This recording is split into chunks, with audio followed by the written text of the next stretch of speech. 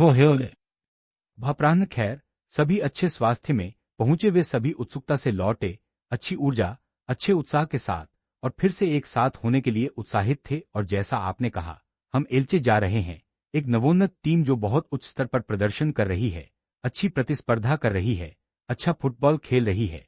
और कल हमारे पास एक मांगलिक मैच है, बहुत करीबी अनुक्रम में कई मैचों। जब आपने क्लब विश्व कप में टीम संभाली थी, तो हमने एक बहुत ही खुशहाल टीम महसूस की, जिसमें आपकी स्पष्ट पहचान प्रेसिंग में थी, यहां तक कि आप बहुत खुले थे, हमें प्रेस रूम में सब कुछ बता रहे थे। फिर इस सीजन के दूसरे भाग में, जिसमें हम अभी हैं, जो अभी शुरू ही हुआ है, टीम थोड़ी अधिक तनावपूर्ण लग रही है, और आप भी थोड़े अधिक आरक्षित लग रहे हैं। मुझे नहीं पता, नहीं, सब कुछ वैसा ही है। पूरे सीजन में हर तरह के क्षण आते हैं, लेकिन अभी हम आगे देखने के लिए उत्सुक हैं। इस आखिरी अंतर्राष्ट्रीय ब्रेक के बाद और क्रिसमस से पहले हम जिन सभी मैचों का सामना करेंगे, उनके लिए उत्सुक हैं, चाहे वह ला लीगा हो या चैंपियंस लीग, जो बहुत महत्वपूर्ण है। ऊर्जा अच्छी है, हम खिलाड़ियों को वापस ला रहे हैं, अन्य खिलाड़ी अधिक योगदान दे पाएंगे। मैं पूछना चाहता था कि क्या आपको लगता है कि लोग आपको और टीम को बहुत आलोचनात्मक देख रहे हैं इस सीजन के चरण को देखते हुए, और टीम द्वारा अब तक प्राप्त परिणामों को वैश्विक रूप से देखते हुए? हमें पता है कि हम कहाँ हैं, और हमें रियल मैड्रिड की मांगों का भी पता है, और इससे जुड़ी हर चीज का भी, इसलिए हम इसे बहुत स्वाभाविक रूप से लेते हैं। हर मैच के बाद हम खुद पर। मैं शारीरिक स्थिति के बारे में पूछना चाहता था। क्लब विश्व कप के कारण प्रीसीजन थोड़ा अलग था। आपको लगता है कि टीम कैसी कर रही है? क्या यह उस शारीरिक स्तर पर है जिसकी आपने अपेक्षा की थी? पूरे सीजन में चरम सीमाएं होती हैं, पिछले 2 मैच अच्छे नहीं थे, आप इसे कैसे आंकते हैं? मैं हमारे फुटबॉल प्रदर्शन को शारीरिक स्थिति से नहीं जोड़ता, है ना? हम पूरे साल उत्तम स्तर पर प्रतिस्पर्धा करने के लिए तैयारी करते हैं, हमारे पास जितने भी खिलाड़ी हैं, और अब हम कैलेंडर की एक बहुत मांगलिक चरण में प्रवेश कर रहे हैं। ब्रेक के बाद हमारे पास कम दिनों में कई मैच होंगे, और हमें कार्यभार को अच्छी तरह से प्रबंधित करना होगा, मिनटों को सही ढंग से। लेकिन शारीरिक रूप से आंकड़े सुधर रहे हैं, जो बहुत महत्वपूर्ण है। फिर चोटें हैं, हमें उनके साथ जीना होगा। एमिली की उदाहरण के लिए, हम उम्मीद करते हैं कि यदि संभव हो तो इसे कम किया जा सके। एंटोनियो भी अब बहुत करीब है, और इसका टीम के मिनटों के वितरण पर बड़ा प्रभाव पड़ता है। आप बर्नाबेउ से दूर लंबे मैचों की श्रृंखला में हैं, मुझे लगता है आप 7 दिसंबर नहीं, जो है वैसा ही है। हमें इसका सामना करना होगा, और इसे उसी तरह तैयार करना होगा जैसे कि हम इसका नियंत्रण नहीं कर सकते, हम इसे बदल नहीं सकते। हमें पता है इसका क्या मतलब है। बाहर खेलना हमेशा आपके खिलाफ माहौल का मतलब होता है। घरेलू प्रशंसक अपनी टीम का समर्थन करते हैं, लेकिन इसके अलावा तैयारी और खेल योजना वही रहती है। हमें वेलेकास में थोड़ा आश्चर्य हुआ कि फेरे ने दाहिने बैक पर खेला, बजाय ट्रेंट के, जिसने पहले ही लिवरपूल में कुछ मिनट खेले थे। आपने कहा था कि उसे अभी भी थोड़ा और प्रशिक्षण की जरूरत है। मुझे लगता है उसने इसके लिए अंतर्राष्ट्रीय ब्रेक का उपयोग किया होगा। मैं पूछना चाहता था कि अब जब ट्रेंट बेहतर स्थिति में है और कारवाजल के लौटने का इंतजार है, क्या अब बिना किसी संदेह के हमने इस ब्रेक का उपयोग ट्रेंट के साथ अधिक व्यक्तिगत और सामूहिक रूप से काम करने के लिए किया, ताकि चोटों के बाद है फिर से तेज हो सके और फेरे अभी भी वहां खेल सकता है?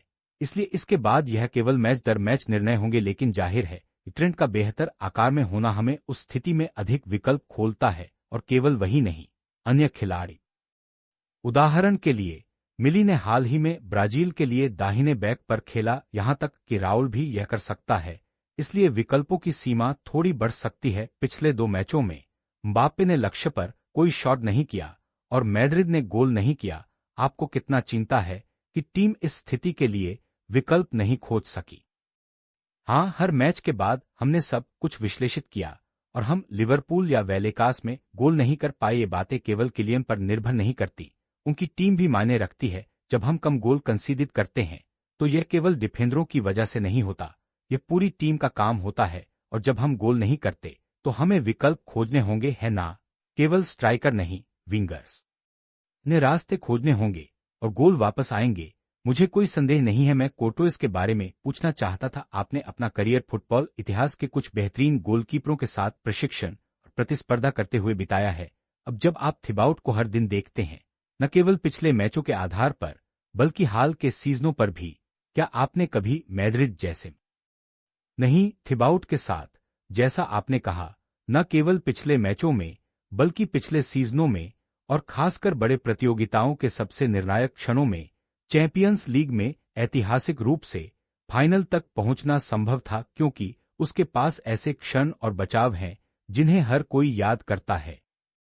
और रोजाना, यह केवल उसकी गुणवत्ता और गोल नहीं है, यह उसकी व्यक्तित्व है, आत्मविश्वास संचारित करने का तरीका है, वह टीम का एक स्तंभ है और आप देखते हैं कि वह जिम्मेदारी लेना चाहता है, वह इसे अच्छी तरह से संभालता है और यह उसके लिए भी महत्वपूर्ण है। मैं रूडिगर के बारे में पूछना चाहता था, आपने पहले ही उसका उल्लेख किया था, उसकी वापसी, आप इसे कैसे यह बहुत अच्छी खबर है कि वह टीम में शामिल होने के लिए करीब है, शायद कल के लिए नहीं, लेकिन हम आकलन करेंगे कि क्या वह एथेंस के लिए उपलब्ध हो सकता है। लेकिन हाँ, टोनी अपनी प्रदर्शन, अपनी व्यक्तित्व, अपनी बहुत उच्च प्रतिस्पर्धी स्तर के कारण प्रशिक्षण और प्रतिस्पर्धा दोनों में रोजाना मौजूद होना महत्वपूर्ण है। और अब मिली की चोट के साथ, जो बड़ी नहीं है, लेकिन हम लेकास मैच से पहले आपने कहा था कि यह एक मांगलिक खेल होगा।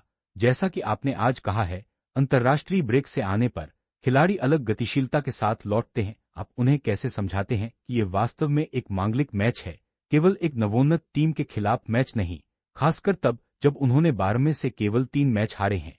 आप इस तरह के मैच से पहले खिला खैर, उनके साथ 2.5 घंटे मैदान पर बैठक कक्ष में विश्लेषण के साथ काम करके हमें क्या चाहिए, हम क्या हैं, हम क्या चाहते हैं, हम कहां से आ रहे हैं और आगे क्या है, हम केवल रणनीतिक या तकनीकी रूप से ही नहीं बल्कि मानसिक, भावनात्मक रूप से भी तैयार करते हैं कि हमें क्या जरूरत होगी और कल ये दिखाने का समय है। आपने कम वितरण का उल्लेख किया कि कई मैच बिना ज्यादा आराम के आ रहे हैं, सभी घर से दूर। क्या उन्होंने अपने राष्ट्रीय टीमों के लिए खेले गए मैच भी कल के मैच के फैसलों में भूमिका निभाते हैं? जो खिलाड़ी यहां रहे और इस दौरान प्रशिक्षण लिया है, क्या उनके खेलने की संभावना अधिक है? नहीं, जो भी उपलब्ध और फिट है, जो घायल नहीं है, उसे समान मौके मिलते हैं। लेकिन अगले ब्रेक तक, इन हफ्तों में, हमें सभी की जरूरत है और वे सभी खेल सकेंगे, सभी को अपना मौका मिलेगा क्योंकि कार्यक्रम मांगलिक है, मैच मांगलिक हैं और शारीरिक, मानसिक रूप से तरोताजा रहना, रोजाना काम के लिए और उन्हें शामिल और महत्वपूर्ण महसूस कराना बिल्कुल वही है जो हम चाहते हैं। एक खिलाड़ी के रूप में इस क्लब में अपने अनुभव और अब एक कोच के रूप में आपके लिए क्या अधिक महत्वपूर्ण है, तकनीकी रणनीतिक पहलू या समूह प्रबंधन? दोनों चीजें हर जगह मायने रखती हैं, लेकिन यहां मैड्रिड में वे विशेष रूप से महत्वपूर्ण हैं क्योंकि हमारे आसपास का माहौल और मांगे हैं। आपको मानसिक रूप से मजबूत होना होगा, आपको भावनात्मक संतुलन बनाए रखना आना चाहिए प्रतिस्पर्धा करने के लिए, और हर मैच के बाद भावनात्मक रोलर कोस्टर पर चढ़ने से बचना होगा, न बहुत अधिक आशावादी होना और न ही बहुत अधिक